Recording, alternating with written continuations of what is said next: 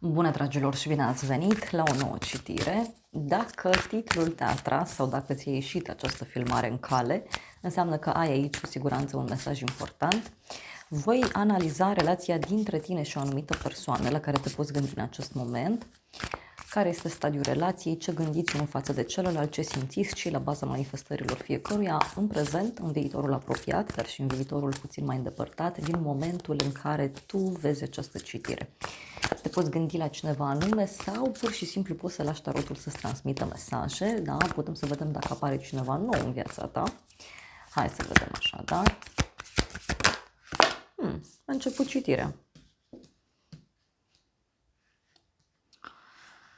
A început citirea cu 9 de monede. Și o perioadă aici cu abundență în relații sau e o perioadă în care țineți foarte mult la ideea de stabilitate în relație. Poate sunteți uniți printr-o sumă de bani, printr-un proiect important pentru unii dintre voi. Este clar că ceva se petrece aici.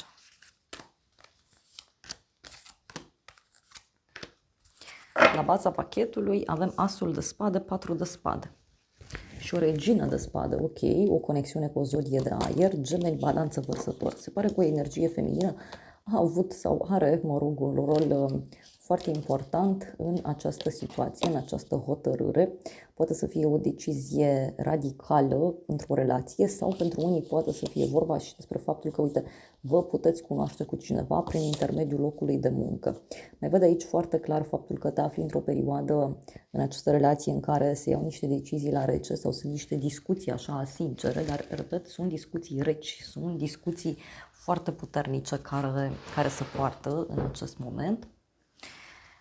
Poate să fie și o perioadă în care niște hotărâri radicale se arată la orizont în această relație. Bun, între tine și persoana asta avem aici 9 de monede. Deci poate e un moment în care te concentrezi pe bani împreună cu acest om, aveți un proiect împreună sau poate, știu eu, e o perioadă în care vă simțiți bine, mergeți în locuri mai scumpe, faceți niște lucruri importante. Hai să vedem. 9 de monede. Ce vrea să zic? Vreau să clarificăm puțin din prima. Are legătură cu omul ăsta. Ei, e ca și cum aici totul se bazează între voi în momentul de față pe prietenie. Unii poate chiar sunteți doar într-un stadiu de prietenie cu această persoană, dar văd eu și o așteptare mare. Da? Cineva care tot speră la un anumit lucru, dar eu simt aici o energie foarte veche în relația asta. Fie ați mai fost împreună prin alte vieți, fie pur și simplu relația asta durează de prea mult timp. Așteptarea asta durează de prea mult timp. La baza manifestărilor tale, magicianul, o legătură cu zodia Fecioară, zodia Gemeni. E o perioadă în care, uite, tu ești foarte prins pe tot felul de activități. E o perioadă în care poate ai mai multe opțiuni, e o perioadă în care le faci pe toate, poate ești într-o nouă etapă a vieții tale. Pentru alții dintre voi, bineînțeles, magicianul ăsta poate să reprezinte și faptul că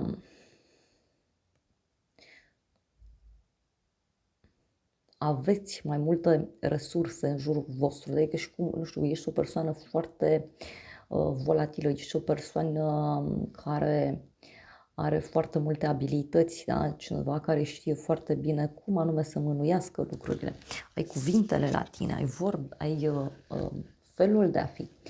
Puterea, o legătură cu zodia Leu. Păi omul ăsta aici se află într-o perioadă de provocări, da? Posibil aici să fie ca un fel de joacă, da? Cineva greșește, altcineva vine și o face pe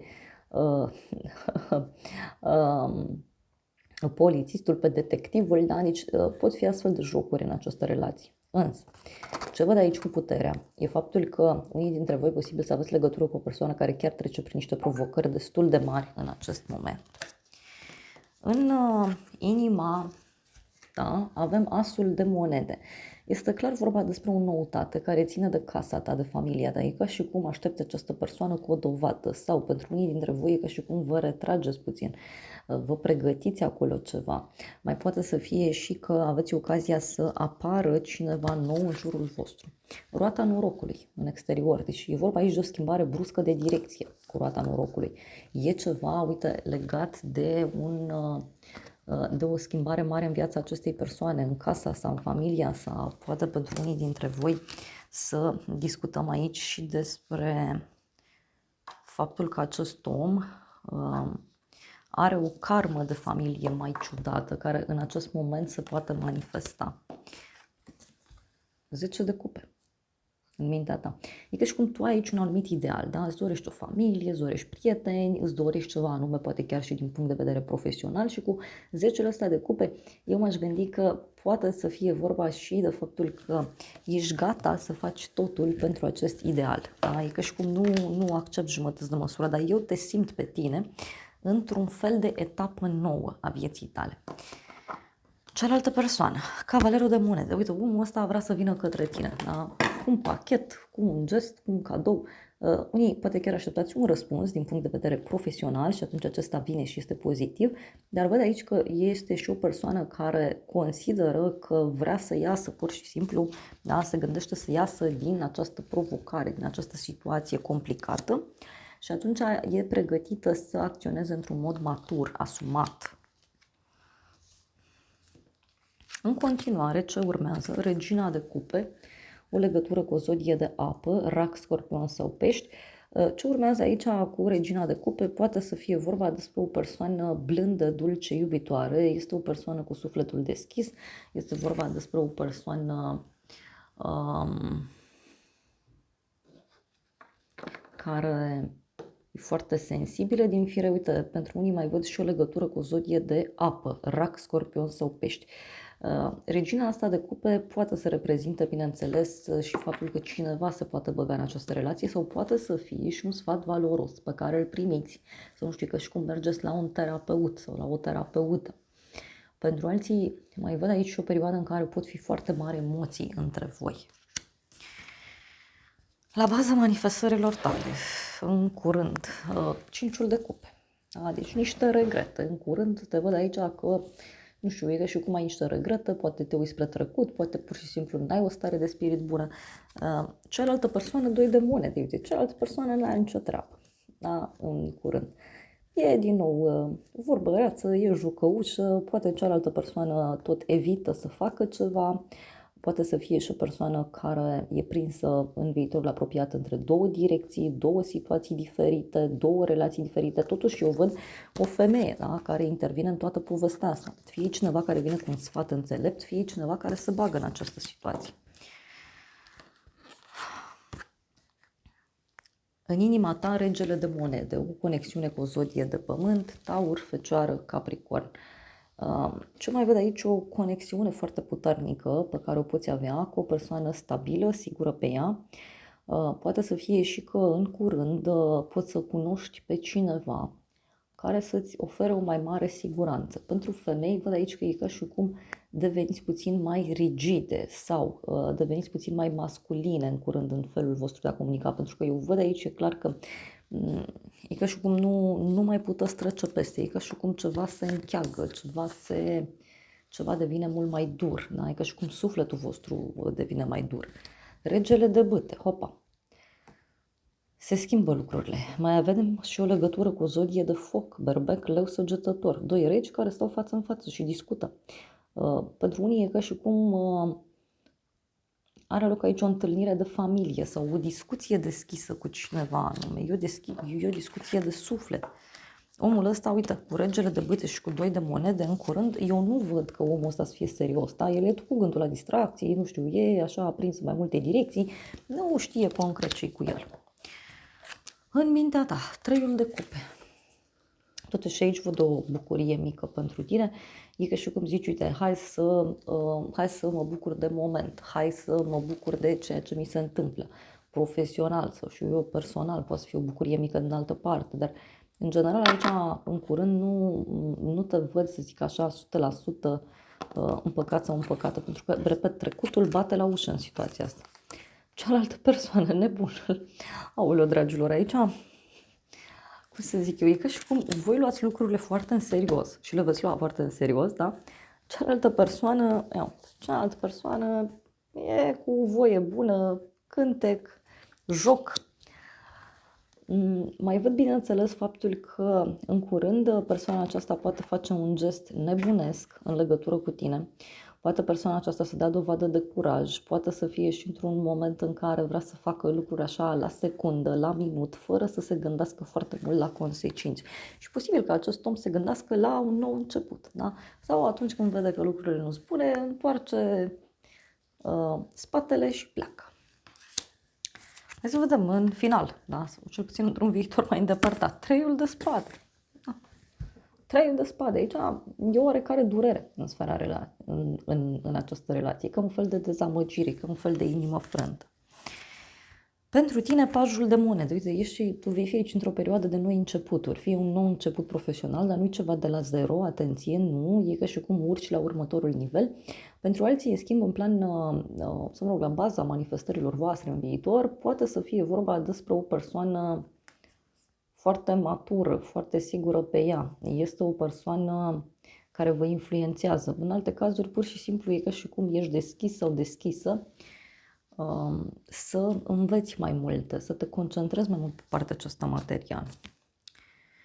Cealaltă persoană, 8 de monede. Se pare că omul ăsta în viitor aici va fi foarte mult prins pe muncă. Fie persoana aceasta își va dori să repare ceva în relația de cuplu, fie persoana aceasta își va dori aici să lucreze mai mult și atunci e posibil să se concentreze pe așa ceva. În inima ta, moartea, o legătură cu un scorpion, deci aici pentru tine e clar că ceva se închide iremediabil, deci șanse nu mai există, șanse zero. Mai văd, bineînțeles, și o schimbare mare privind casa ta, familia ta, sau chiar este vorba despre o schimbare la nivel de sentimente, da? O schimbare pe care o ai în legătură cu persoana aceasta. Împărăteasa, o legătură cu zodia Taur, zodia Balanță. Posibil ca acest om să fie influențat de către o femeie importantă, fie de către tine, uite, dacă ești femeie, te poate purta în suflet, dar aici e o persoană care pur și simplu emană abundență, deci omul ăsta posibil să simtă, să te îngrijească, să te mângâie, să stea cu tine. Poate chiar persoana aceasta în viitor aici să fie foarte concentrată în planul material, ca și cum deodată așa devine serios sau serioasă. Pentru că aici, pentru unii, e ca și cum aveți de-a face cu un om care totuși la prima vedere pare matur, da? Însă se comportă total ciudat, total pe dos. În mintea ta, regele de spade, aoleu, o legătură cu o zodie de aer, Gemeni, Balanță, Vărsător. Posibil tu să vezi ca această persoană în viitor ca fiind un inamic sau cumva să-i vezi adevărata față. Aici în viitor mai văd că îți vei face și niște planuri și niște strategii în legătură cu relația în sine, în legătură cu situația în sine, dar văd clar la tine o schimbare foarte mare. Cealaltă persoană, asul de bâte, eu nu știu, parcă stăți în filme diferite. Unii e posibil să întâlniți pe cineva care să vă schimbe destul de mult viața între timp. Că cealaltă persoană avem asul de bâte. Omul ăsta va spera foarte mult la ceva anume. Îl văd foarte entuziasmat sau foarte entuziasmată. De repede, omul ăsta este cu o energie foarte puternică de joc și de neseriozitate. Nu înseamnă că e o persoană rea, atenție. Deci nu înseamnă că e o persoană rea. Doar că aici eu văd o discrepanță foarte mare, adică o diferență foarte mare între aceste energii care vorbesc despre stabilitate, despre seriozitate, despre a lua lucrurile în serios și aici care, nu știu, e vorba de joc, e vorba de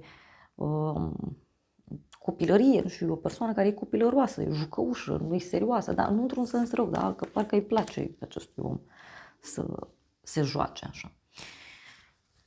Hai să vedem, dragilor, în curând ce urmează să se întâmple, că situația asta schimbă lucrurile. Avem bărbatul, dorința și mesajele. E posibil ca persoana asta să-ți dea niște vești. Dacă e vorba de un bărbat, îți dă niște vești. Da? Cum că vrea să vă vedeți, cum că vrea să facă ceva anume. Pentru alții e posibil să primiți o veste de la o prietenă, de la cineva. Și e ca și cum omul ăsta îți face aici o surpriză. Vine spre tine pe neașteptate, îți dă un mesaj, însă pentru tine e ca și cum, nu știu, nu poți să treci peste ceva din trecut. Aici ceva s-a întâmplat și nu se poate trece peste. Hai să vedem în viitor. Ei, problema asta pe care eu o văd, treiul de spade, deci dezamăgirea asta din relație, are legătură cu o reacție imatură a acestui om, da? Sau poate e ceva legat de o trădare, e ceva legat de un copil, e ceva legat de o nouă persoană care apare. V-am zis, deci aici nu e cineva foarte stabil. Da? Și uite, mai văd și o problemă care poate avea loc și care are legătură cu o călătorie sau cu o schimbare pe care omul ăsta vrea să o facă. Pentru tine, uite, avem e ca și cum decizi să pleci la un drum. Sau poate chiar decizia aceasta o iei când ești plecat sau plecată undeva la drum. Și aici, uite, are legătură și cu niște lucruri pe care le poți afla și care, bineînțeles, te pot trezi puțin la realitate. Poate e ceva ce se întâmplă la o zi mare, la o zi sfântă. Poate nu e o zi sfântă cu niște conotații de bucurie, adică nu știu, se sărbătorește ceva atunci, un final sau ceva se sărbătorește, ceva care nu e atât de bun. Uite, omul ăsta e posibil aici să se gândească că are un inamic, să se gândească că ți-ai găsit pe cineva sau să se gândească că a mai intervenit cineva. Și când acolo omul ăsta chiar, el e cel care se uită prin alte direcții. Însă, uite, se pare că această persoană va continua aici să fie în viața ta, da? Va crede în continuare că lucrurile sunt într-un fel. Avem o veste.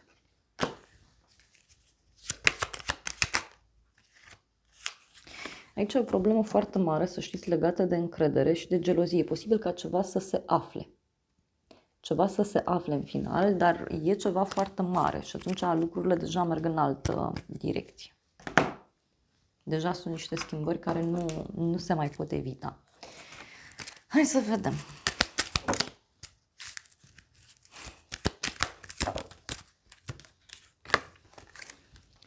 E o persoană vicleană aici care tot are piedici sau nu știu, poate tot i-ai pus piedici, tot i-ai blocat drumul persoanei ăsteia, doar că totuși se strecoară cumva, știți cum e vorba aia, îl dai afară pe ușă, intră pe geam, cam așa e și aici.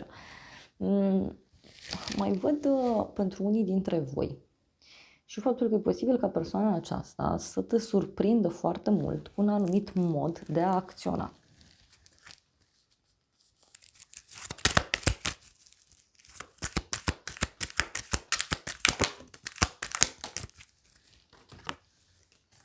Noutăți plăcute și dragoste sinceră. Deci totuși niște vești bune pe care eu le văd aici. Sunt vești bune legate de dragoste, sunt vești bune legate de o persoană dragă. Dar aici, repet, tot îmi apare o persoană nouă. Ia să vedem ce e cu persoana asta nouă.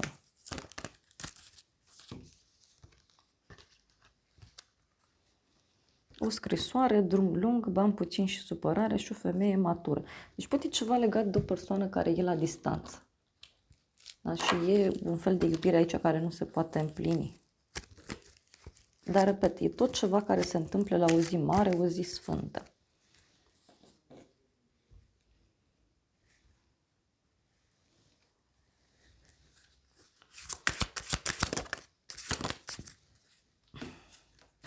Persoană care impresionează.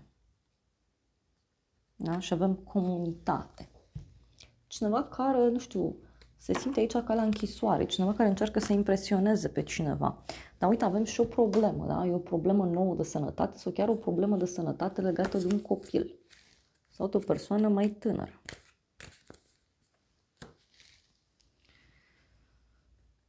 Vreau să iau și niște mesaje din acest tarot. Hai să vedem încotro se îndreaptă relația asta.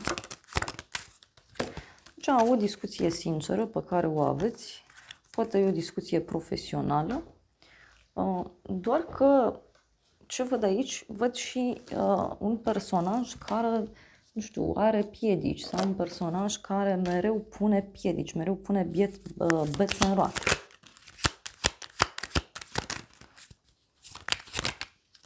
Da. Întreba ce e cu omul ăsta. Și mi-a ieșit așa.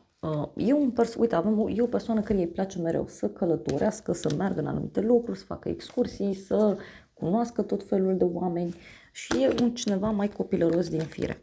Și avem aici o surpriză și fidelitate, afecțiune și e ca un copil omul ăsta, da? Vrea afecțiune, vrea iubire, vrea liniște, dar cumva fără niște angajamente serioase. Doar că e ca și cum ție aici parcă ți este teamă să mai riști, da? Pentru că e posibil să mai fi pierdut Uite, ți-e teamă de o capcană. Da? Ți-e teamă de o capcană. Aici o să mai fie posibil o discuție în contradictoriu, dar care se finalizează până la urmă și cu un verdict. Avem și un bărbat brunet care poate avea un rol important, care îți poate da o veste, îți poate spune ceva. Bun, dragilor, acestea au fost previziunile de această dată. Eu îți mulțumesc pentru prezență, te îmbrățișez cu drag, sper din suflet să-ți fie de folos informațiile și să ne revedem cu bine și data viitoare. Eu îți doresc să ai parte de o zi sau de o seară cât mai frumoasă.